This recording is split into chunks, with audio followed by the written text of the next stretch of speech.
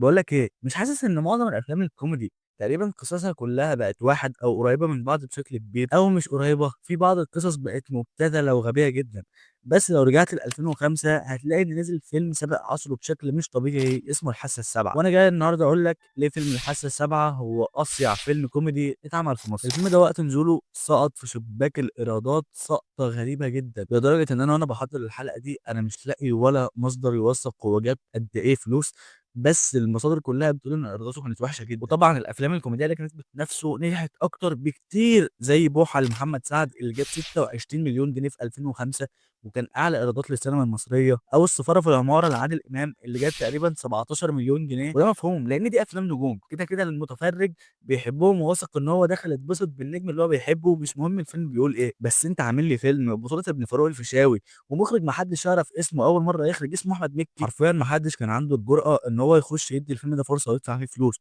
خصوصًا إن كوميديا الفيلم جديدة جدًا على وقتها وناس كتير أوي ما فهمتهاش، بس يفوت الزمن ويعدّي على الفيلم 20 سنة،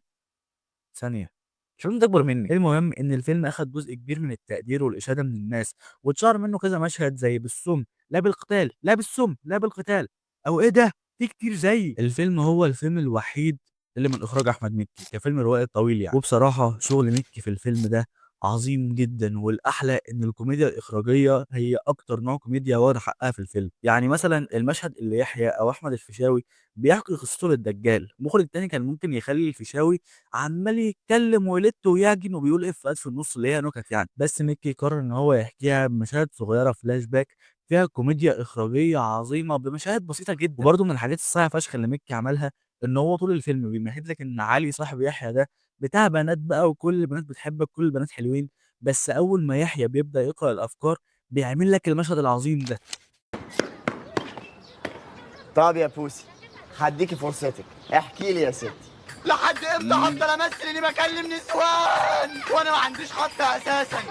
ودي فين اللي شبه الدولاب هي الوحيده اللي بتعبرني.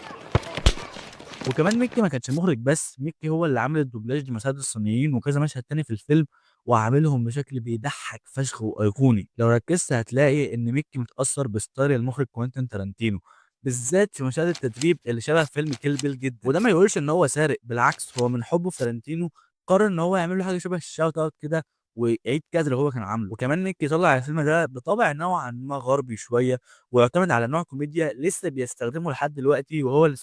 الspoof إنك تعمل فيلم بيتريق على أفلام تانية أو على نوعية أفلام تانية وده مكي اعتمده طول مسيرته، وكمان أحمد الجندي بقى بيعمله، يعني مثلًا اتش دبور بيتريق على الشباب بتوع 2008 اللي شعرهم مش عارف عامل إزاي ولبسهم إزاي، ولا تراجع ولا استسلام بيتريق على أفلام الأكشن التقليدية والجاسوسية والمخابرات وكده، فده ستايل أحمد مكي وما حدش في مصر بيعمله زيه، وفي الفيلم ده هو عمل spoof أو parody على الإعلانات المصرية بشكل ذكي جدًا، جدًا، جدًا كمان.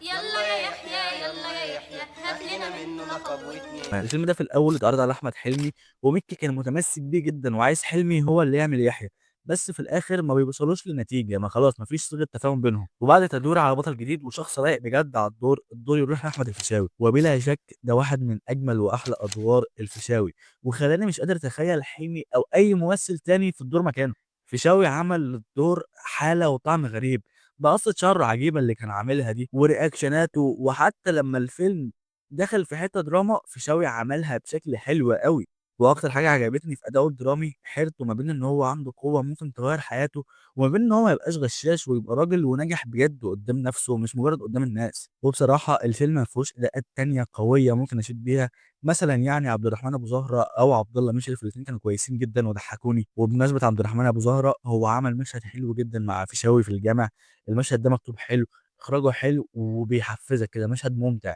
وفي الآخر أنا شايف إن ده فيلم مميز جدًا، ما اتعملش ولا هيتعمل زيه بعد كده، حتى بعد ما عدّى عليها 20 سنة هو لسه فريش وبيضحّك أكتر من أفلام لسه نازلة تقريبًا من 5 سنين، يمكن أنا ما عجبنيش النهاية الأخلاقية الوردية، وإن إحنا زي أي فيلم كوميدي مصري لازم آخر تِلت في الفيلم كده نقلبه دراما وحاجات حزينة عشان نحسّسك إن إحنا بنقدّم رسالة. أنا كنت حابب إن الفيلم يكمّل هلس من أوله لآخره يعني، بس ده مش حاجة تعيب الفيلم يعني أنت فاهم، دي حاجة عادية جدًا بتحصل في أي فيلم مصري زي ما قُلت لك. ولو أنت لسه مكمّل الحلقة لحد هنا، أنا بجد باحبك جدًا، اعمل لي subscribe ضروري عشان في حلقات تانية أحلى، وما تنساش تكتب لي في الكومنتات رأيك عن الحلقة قبل ما تكتب لي رأيك عن الفيلم كمان. وبس كده أنا خلّصت اللي عندي، سلام.